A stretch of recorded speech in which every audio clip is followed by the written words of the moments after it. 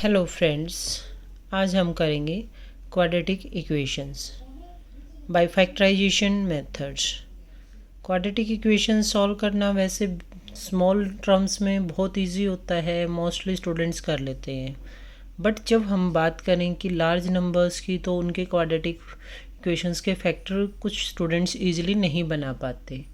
अगर आप इस मेथड को एक बार कम्प्लीटली देख लोगे और स्टेप बाय स्टेप इसको फॉलो करोगे, तो आप हर इक्वेशन को, चाहे उसमें आपको टर्म्स आपकी स्मॉल दे रखी हों या लार्ज दे रखी हों, आप उनको इजीली सॉल्व कर सकते हो। बशर्ते आपको स्टेप्स याद होने चाहिए और बाय स्टेप आप हर स्टेप को फॉलो करते हुए क्वेश्चन को करोगे तो आप इजीली सॉल्व करते हैं।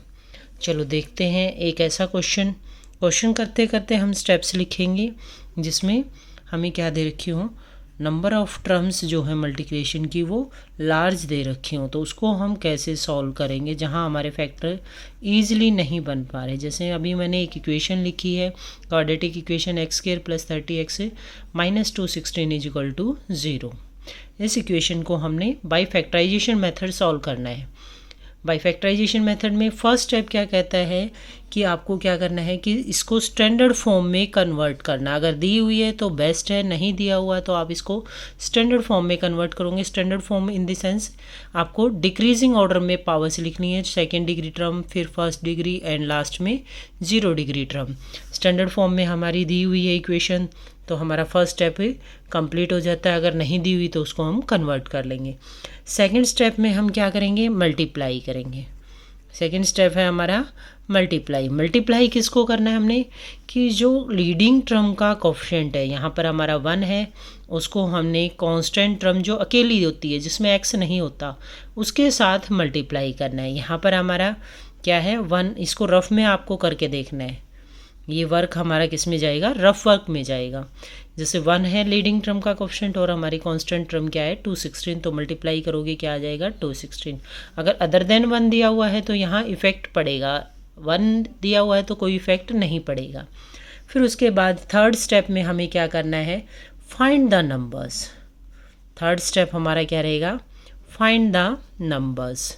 मल्टीप्लाई करने के बाद हमें नंबर्स फाइंड करने। नंबर्स कैसे फाइंड करोगे, कि जो नंबर आया हमारा 216, हमारा टारगेट क्या है कि हमारी प्रोडक्ट क्या बने, दो नंबर्स हमें ऐसे फाइंड आउट करने जिनकी प्रोडक्ट क्या बने 216 बने, बट ये सिंबल हमारा क्या दिया हो माइनस, तो उनका डिफरेंस, दो नंबर्स ऐसे हमें निकालने हैं जिनका डिफरेंस करें तो कितना आए हमारा, बीच वाली टर्म जो x का कोफिशिएंट होती है 30।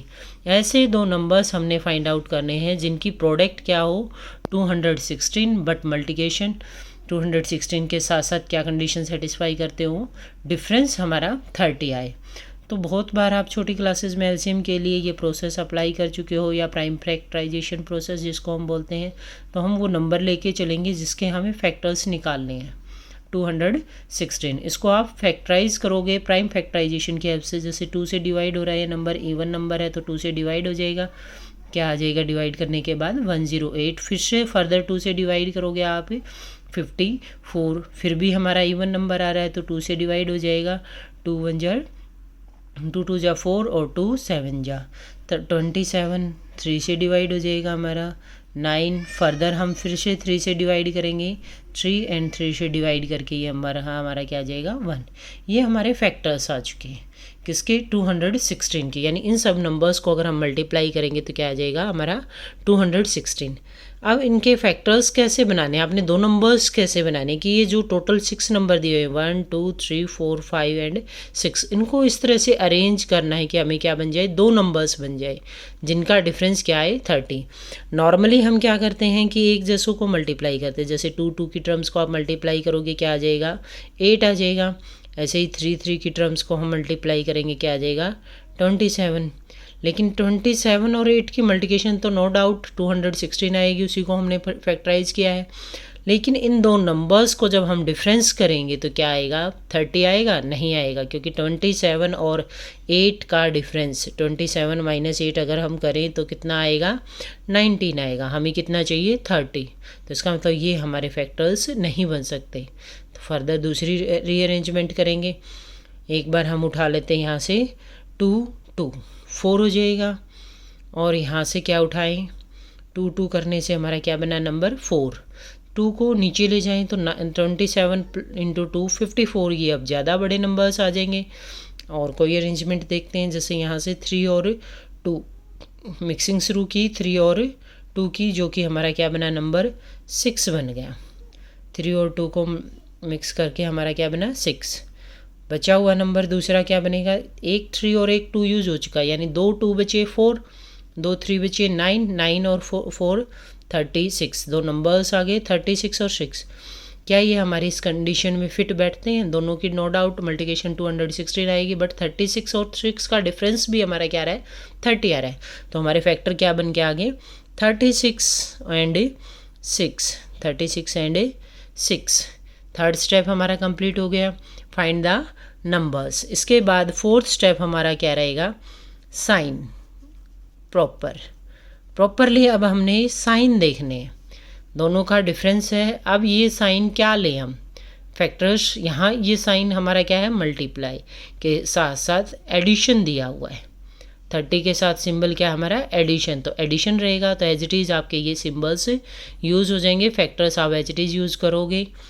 फिर उसके बाद नेक्स्ट 5th स्टेप आता है हमारा स्प्लिटिंग द। 5th स्टेप हमारा क्या है, splitting the middle term. Middle term को हमने क्या करना है, स्प्लिट करना है। साइन हो गए हमारे प्रॉपरली, किसको पॉजिटिव लेना है किसको नेगेटिव लेना है, यानी अब हमने क्या करना है मिडल टर्म को स्प्लिट करना है। स्प्लिट हो जाएगी, यहाँ हम दोनों वैल्यू यूज़ कर लेंगे जो हमारे फैक्टर्स आए हैं, x² plus 36x minus 6x minus 216 is equal to 0।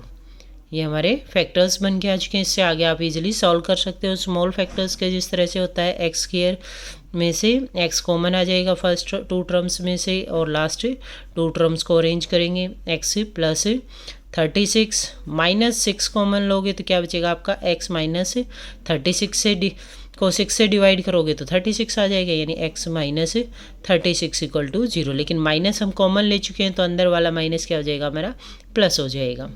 अब नेक्स्ट में हमारी टर्म कॉमन आ रही है x plus 36 into x minus 6 is equal to 0।